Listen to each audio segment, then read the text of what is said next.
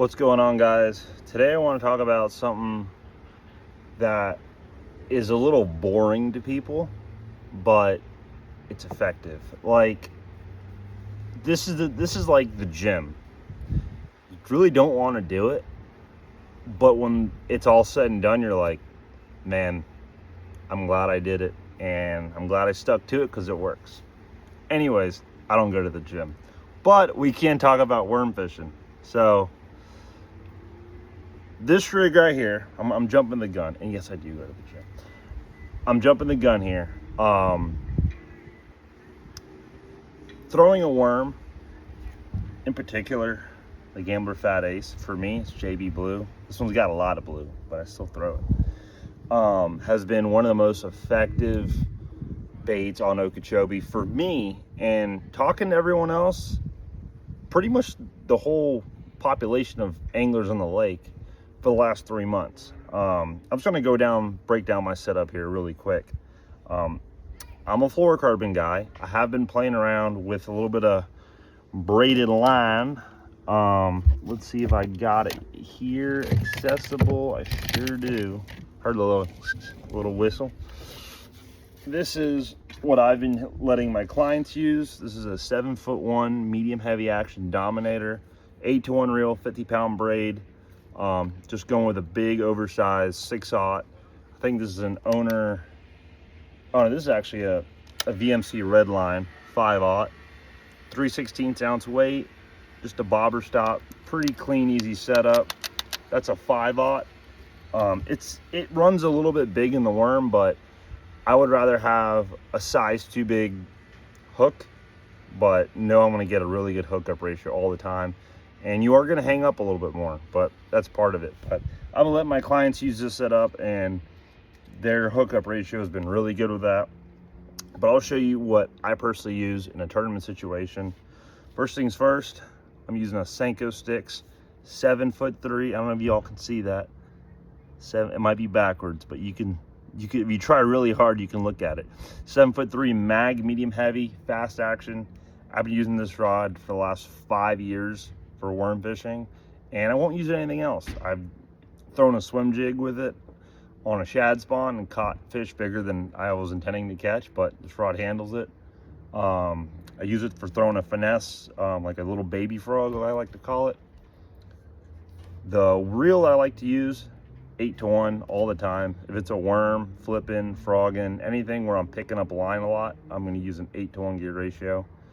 20-pound fluorocarbon. I've been really liking that Zuri T7. That stuff does not break. It holds up really good. Little bobber shot. You can see there's a little bit of fuzz on there.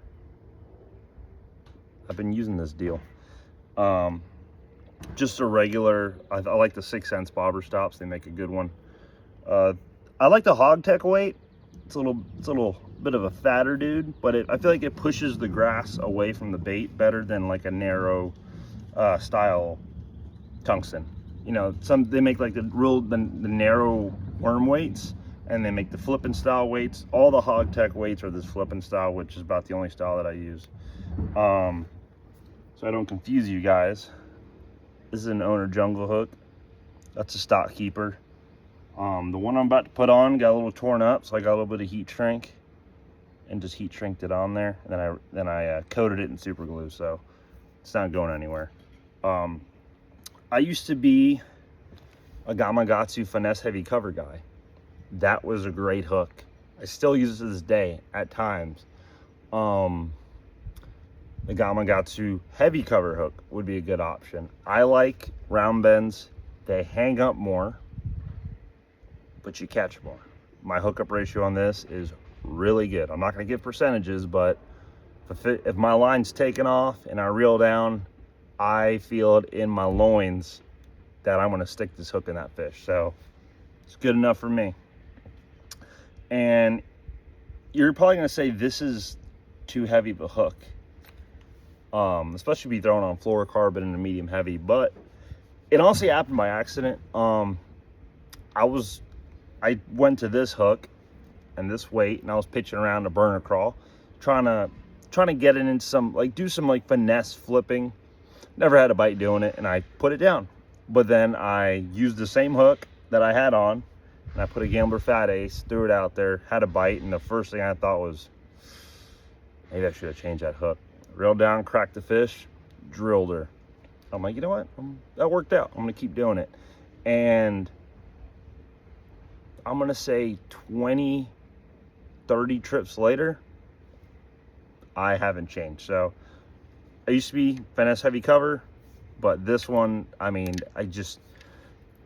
you don't lose them. The good thing about a heavy wire hook that's not gonna flex, especially with this application, if I was using braid, this hook might open up a little bit. Both fluorocarbon, I know it's definitely not, is when that hook is traveling through that fish's mouth and it finds a spot and it grabs, that's where it's going.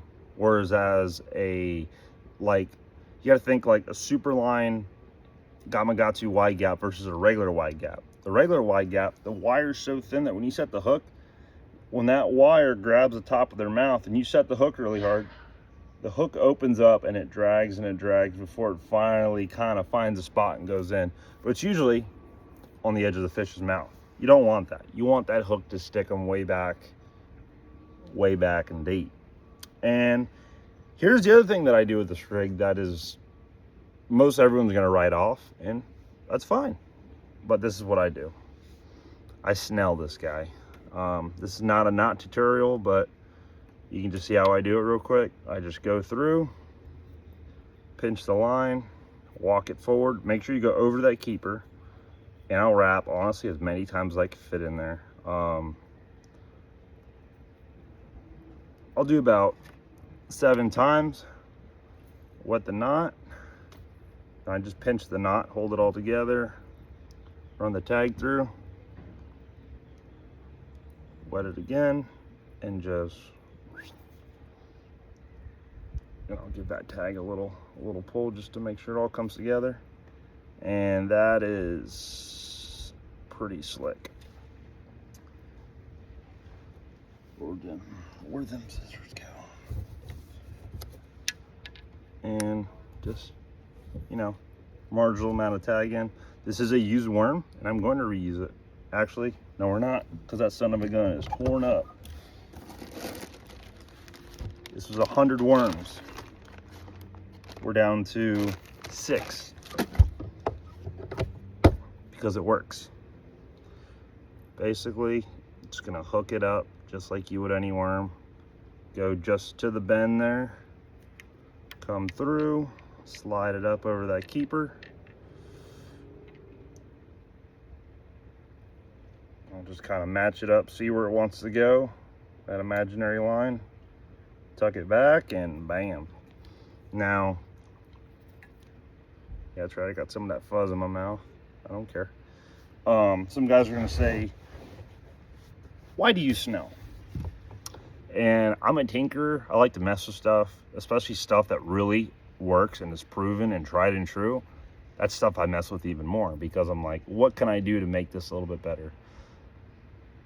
So the reason you flip, or you snell when you flip, is you get 2 benefits.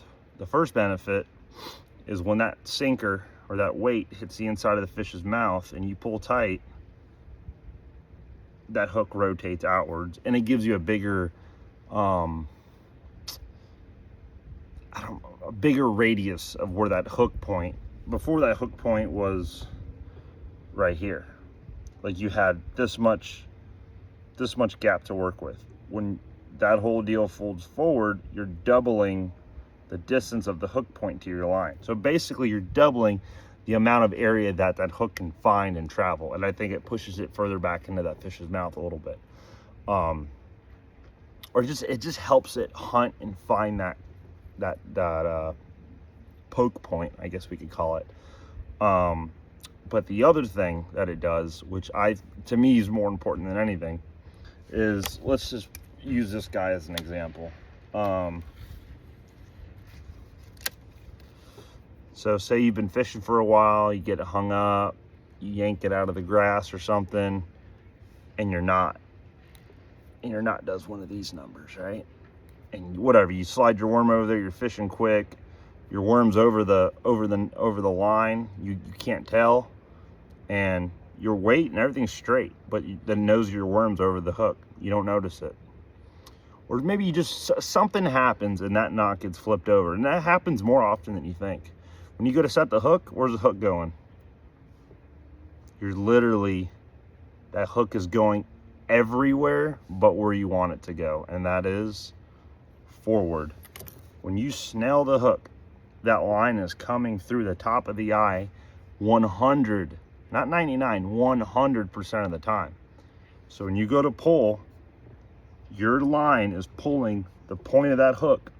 Even if it's cavitating, kicking up and going forward, it is pulling that hook forward and towards you every single time, versus your standard knot that may be kicked over and it might do one of these numbers.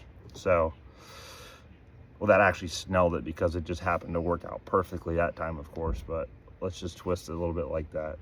Or let's do a reverse snell.